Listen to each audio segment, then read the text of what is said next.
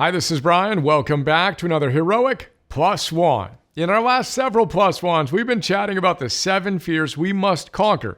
As per Darren Donnelly's great sports fable, victory favors the fearless. It's time to talk about how to deal with the fear of making the wrong decision. Let's get straight to work. Darren tells us, and I quote, "What's more important than the decision you make is your attitude and your effort after it's made. That's what determines your results. The person with the most aggressive attitude and the most relentless effort usually wins." He continues by saying, "Here's a simple fact of life. Most problems can be solved quickly by simply attacking them hard and adapting to whatever happens next. When problems arise, don't sit back and passively hope they go away. Attack your problems with aggression. Aggressively find the solution. Attack and adapt to whatever's going on. Attack and adapt. Attack and adapt. The person with this mindset usually wins." Now, as you may have noticed, when we get caught up in this fear, we become indecisive and timid and weak.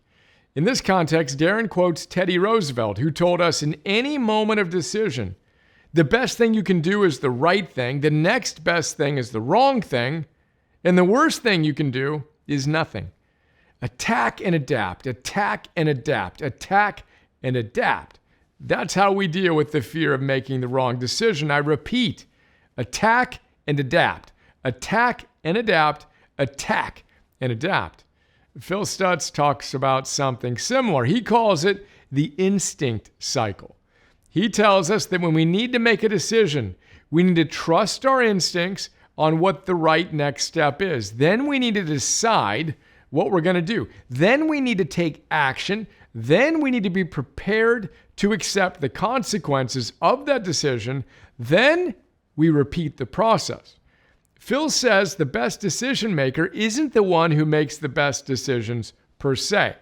It's the one who makes the most decisions, or the one who's going through that cycle the most and the fastest.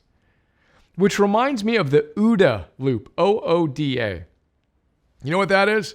As Wikipedia tells us, the OODA Loop is the cycle, observe, orient, decide, act, developed by military strategist and United States Air Force Colonel John Boyd.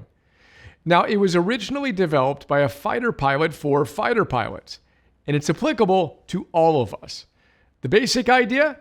The fighter pilot, or aspiring hero, who can go through the observe, orient, decide, act steps of the OODA Loop the fastest is the one most likely to win.